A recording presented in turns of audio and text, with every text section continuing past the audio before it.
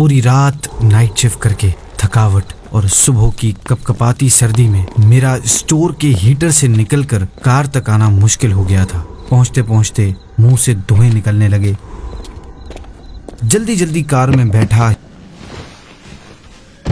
Heater on किया जिससे बदन में कुछ जान आई। थोड़ी देर में टेम्परेचर नॉर्मल हुआ।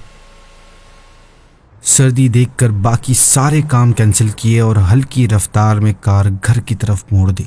रास्ते सुनसान पड़े थे। सर्दी की वजह से कोई बाहर नहीं निकल रहा था। घर के करीब पहुंचा तो अचानक मेरी नजर एक शख्स पर पड़ी जो सर्दी से कांपता हुआ सड़क के किनारे किनारे पैदल चलते हुए जा रहा था। मैंने सोचा, या खुदा, ये इतनी सख्त सर्दी में कहाँ जा रहा है, और वो भी पैदल। शहर में लूटमारी के जो हालात हैं उसके बाइस इसके पास जाने का दिल तो नहीं कर रहा था कि न जाने कब कौन सी मुसीबत सर पर आ जाए। लेकिन क्यूरियोसिटी यानी तजस्सुस और इंसानी हमदर्दी के जज्बे से मजबूर होकर गाड़ी उसके पास जाकर रोकी।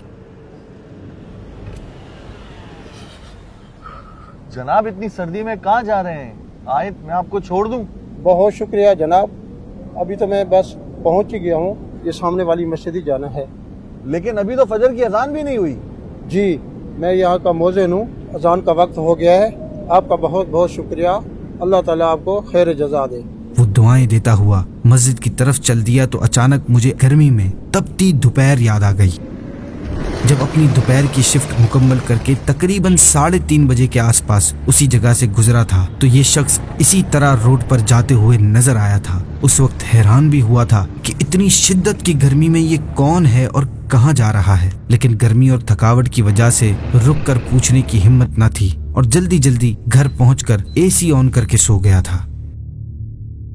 गाड़ी घर की तरफ जा रही थी, लेकिन कभी हमने सोचा है सख्त सर्दी की रात में तूफान हो या बारिश हो या गर्मी से तपती दोपहर, कौन है जो अपने वक्त पर अल्लाह के बुलावे की सदा बुलंद करता है कि आओ नमाज की तरफ, आओ कामयाबी की तरफ, और इसे इस कामयाबी का कितना यकीन है कि उसे इस फर्ज अदा करने से ना तो सख्त सर्दी या बारिश रोक सकती है और ना ही सख्त गर्मी। जब सारी दुनिया अपने घरों में एसी के मजे ले रही होती है या सख्त सर्दी में गर्म बिस्तरों में नींद के आगोश में होती है, तब भी वो अपना फर्ज अदा करने के लिए घर से बाहर जाता है। और आज तक हमने कभी ये सोचा कि उनकी तनख्वाह कितनी होगी, उनकी सैलरी क्या होगी? शायद 12,000 या 15,000 रुपए। एक तगारी उठाने वाला मजदूर भी रोजाना 800 रुपए के मुताबिक महीना 24,000 से 26,000 रुपए कमा लेता है। तब मुझे यकीन हुआ कि ऐसे ही लोग हैं जिनकी वजह से अल्लाह पाक हम पर मेहरबान है। इन्हीं लोगों की वजह से हम पर अजाब नहीं आते। मेरा दिल चाहा कि वापस जाकर इन्हें गले लगाऊं, लेकिन मैं ये सोचते सोचते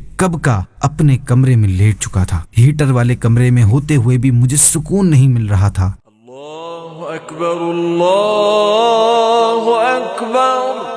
इतने में अजाने फजर हो गई। बेइख्तियार मेरे कदम घर से बाहर की तरफ चल पड़े। सर्द हवा के झोंके उस वक्त मुझे एक अजीब ही लुत्फ दे रहे थे कि आज मैंने अल्लाह के मुनादी की सदा पर लब्बैक कहा है। अपने इर्द गिर्द मसाजिद के इमाम, मुअज्जिन, खादिम वगैरह की घरेलू जरूरियात का ख्याल रखना हम सब की अखलाकी जिम्मेदारी है। ये पूछने के बजाय कि कोई जरूरत हो तो हाजिर हैं, कि बजाय इनकी खिदमत कीजिए बल्कि खुद ही इनकी खिदमत कीजिए। बेहतर है कि कैश की सूरत में मदद की जाए, वरना इमाम साहब के पास अक्सर लोग नए और घर के पुराने जाए नमाज लेकर आते हैं। इमाम क्या करेगा इतने जाए नमाजों के तोहफों का? इनकी हेल्प करें, इनको अपना फैमिली मेंबर समझें, इनकी परेशानियों को अपनी परेशानी समझें। इन दरवेश सिफत लोगों की वजह से ही हमारी मस्जिद आबाद हैं, इनकी कदर करें।